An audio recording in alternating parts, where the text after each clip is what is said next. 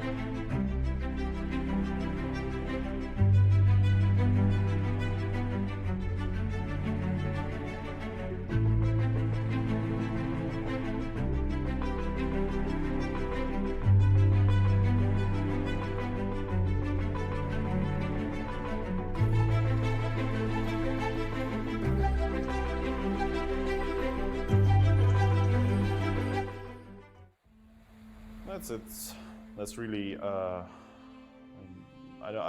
can't say I have like some habit or something. So sometimes I feel like I'm like in a sleepy mood or something, and then I'm listening to some some hard rock music or something. So to feel the energy, feel the power. But I mean, in general, it's I mean, it really depends on the mood, and the mood can be different. From one day to another. So it's not some kind of a ritual I'm trying to.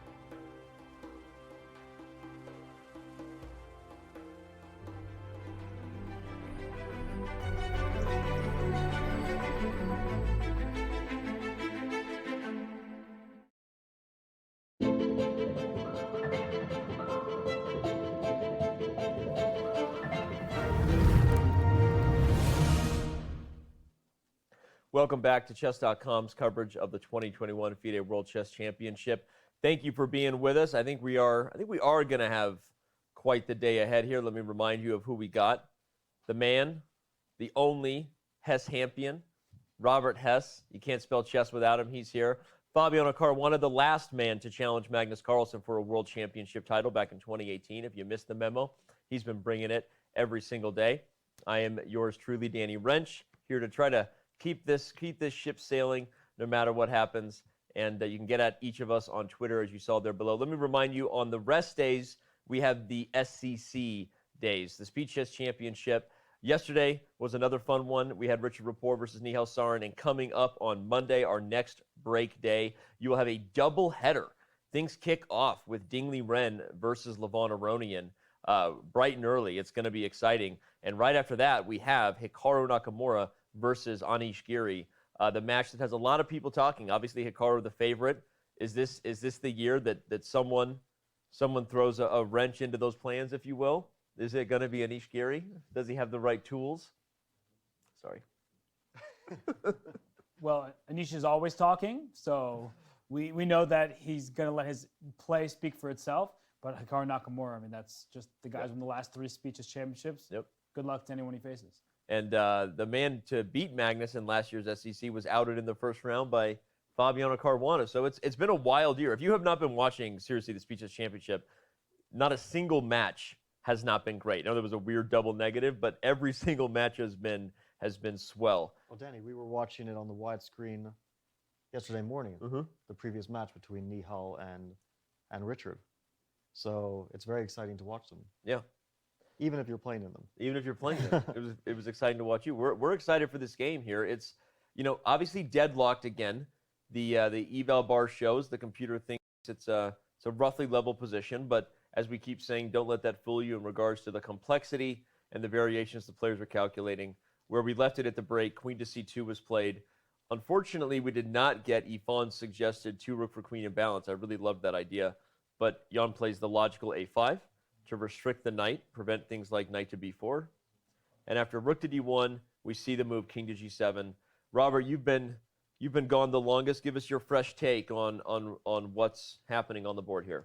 Well, when I initially suggested g takes f6 rather than queen takes f6, this was not the position I would have wanted from the black side. Yeah. I feel like we had a few too many trades, not enough of an initiative gained for black, and I'm actually starting to be a little bit concerned because I've had games where I felt like I've equalized, everything is fine, and then my bishop, as we go to the live position, the bishop on d4, it looks great. It's centralized, it's staring in all directions, but it can't really attack anything, especially if and when white plays the move a3 to a4. You have your pawn in the light square. That means that the bishop can't tag it. So the bishop is staring all across the board for an empty space, whereas the knight on d3, it still can't be kicked off that square, and it's a very useful square to be on. So something about this position feels like it can start turning into an edge for white. Yeah. So I actually wanted to point something out because I got excited for a second. Okay. Because I was wondering for a while, what's Jan doing? What does he want to do against e3? And because it looks like white has done everything that he wants. The bishop, let's say, drops back to b6. White plays queen e2, puts down on f4. White is happy the queens are on because black's king is a weaker one. Black's bishop is blunted, and the queenside pawns are potentially a bit hanging. So white is better here. But then I noticed after e3 the move bishop to b2. Oh, wow. And I think this equalized. Wait, knight b2, and you protect the rook on d1. Oh no. LOL. That know was what? Even world championship challengers can blunder. that's unfortunate. All the So fans in that out case, e3 looks like Magnus is starting to push a bit I agree.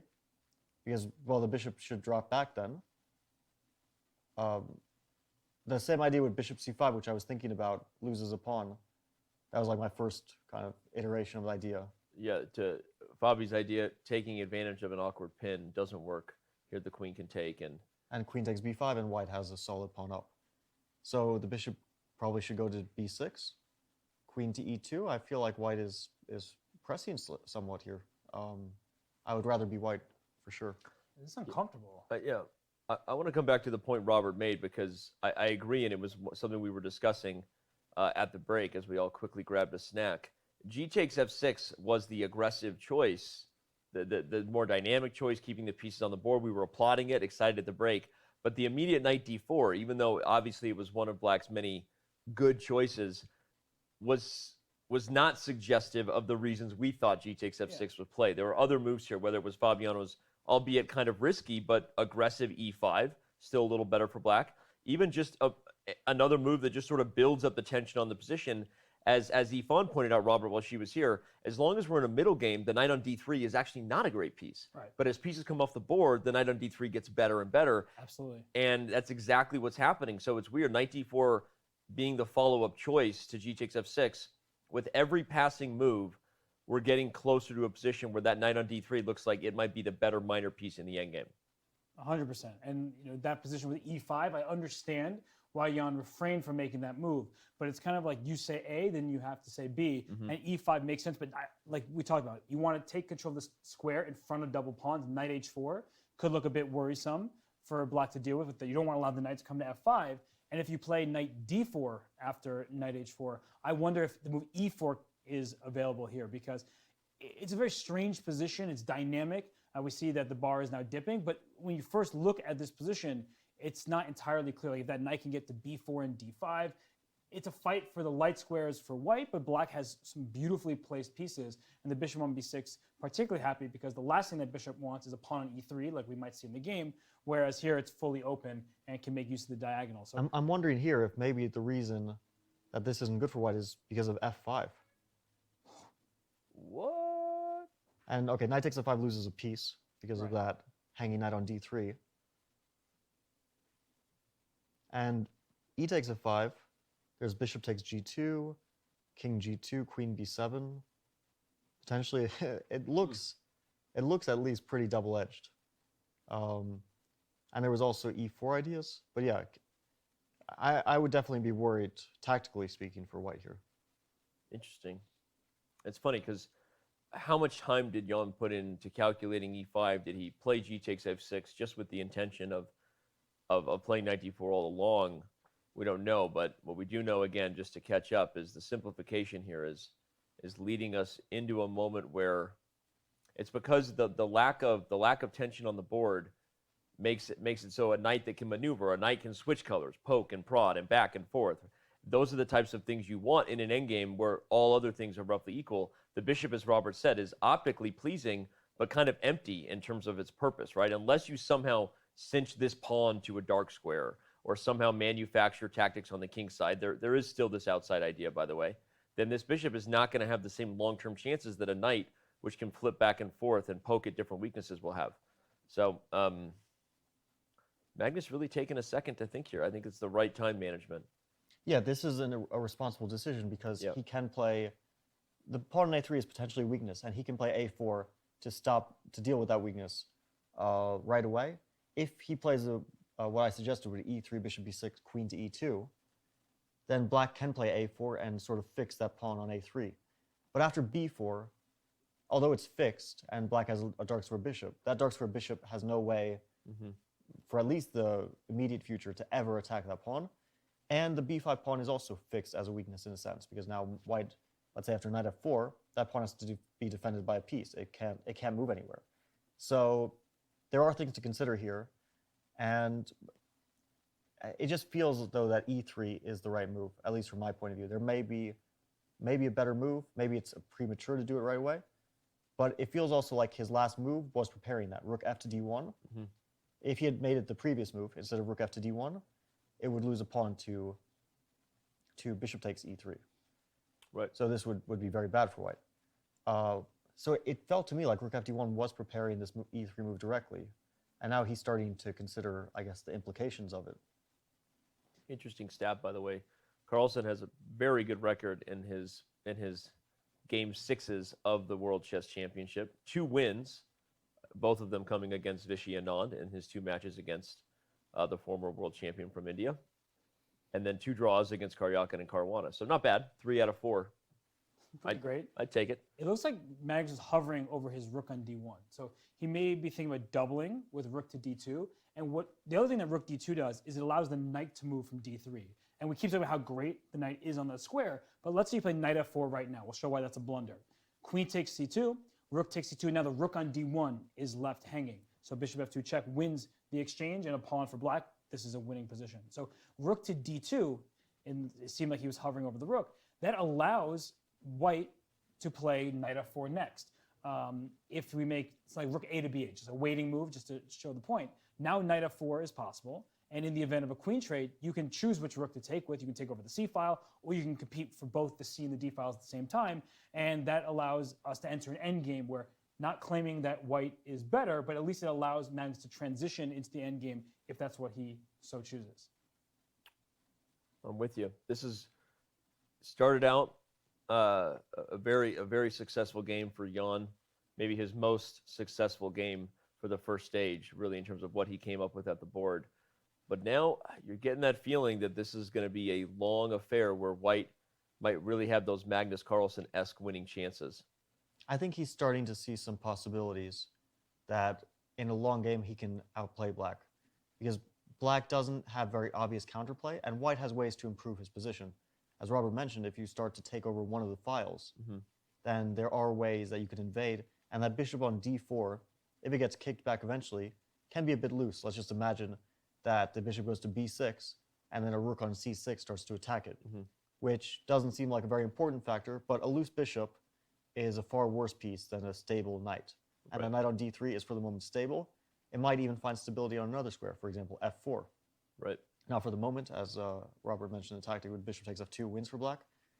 So yeah, he's considering his options. Rook d2, it doesn't look like the most natural move at the start, but it might actually prepare, maybe not even rook d1, but queen to d1 is also an idea, because that pin potentially is very annoying. And the queen to d1 could, at some point, jump into g4. It doesn't look like that way now, but if white plays e3, knight f4, the queen could jump to g4 and potentially attack some stuff on the king side. The other thing rook d2 kind of prepares is ideas of queen c6 at some point. You keep talking about this idea. You can't do it right away as long as e2 is on pre. But rook d2 is one of those really flexible moves, because e3, as good as it is to kick the bishop back, what does it do? It permanently undefends that square of the knight, right? And we see how important that has been to Magnus's setup. So rook d2 kind of just opens the door for a lot of things, whether it's Robert's knight f4, whether it's your queen to d1, whether it's queen to c6, all kinds of things on the agenda. And you keep challenging black to find the plan, because king g7 was a very useful move. It protects f6 preemptively. It also covers the h6 square if queen d2 was ever on the agenda. So I do like the move king g7, and that begs the question, what is black's next turn? Like if we handed black a free turn, Right. what would the move be? And a4 comes to mind. Well, I was going to just answer it with Yvonne's suggestion, because I do think that's it's not as good as it maybe was because the rooks are more coordinated. But rook a to c8, I see Fabi nodding. Oh, that feels so good when he looks at me and nods, Robert. Well, I was Just nodding. gave me like the chills. I was nodding about the second part. Oh. White's rooks are more coordinated here, and I think that makes a difference. So you were nodding at the dismissal of why this is not as good. Yeah, I think it really, because the last time the rook was in f1, and that sort of forced white to play rook c2 and get a bit more passive. But even here, like, this still might be okay for black, but I would be a bit concerned if, let's say, knight f4 is coming, potentially. Now, this may allow a perpetual with queen b1, queen e4, or something like that. But if white's able to get e3 and a rook to d8, that king is sort of under attack. That's how you lose. It might not be really weak, but yeah, I don't know if I'm feeling this one so much for black. Okay. The interesting thing is that also after we asked the question of what's black's next move, h5 was very often mentioned as an idea, and rook d2 deals with that idea by now knight f4 is very strong. The trade of queens, and then h5 is a problem black has to deal with. Maybe he can play king h6, but at least that pawn is a bit of a weakness for the moment. There's no real reason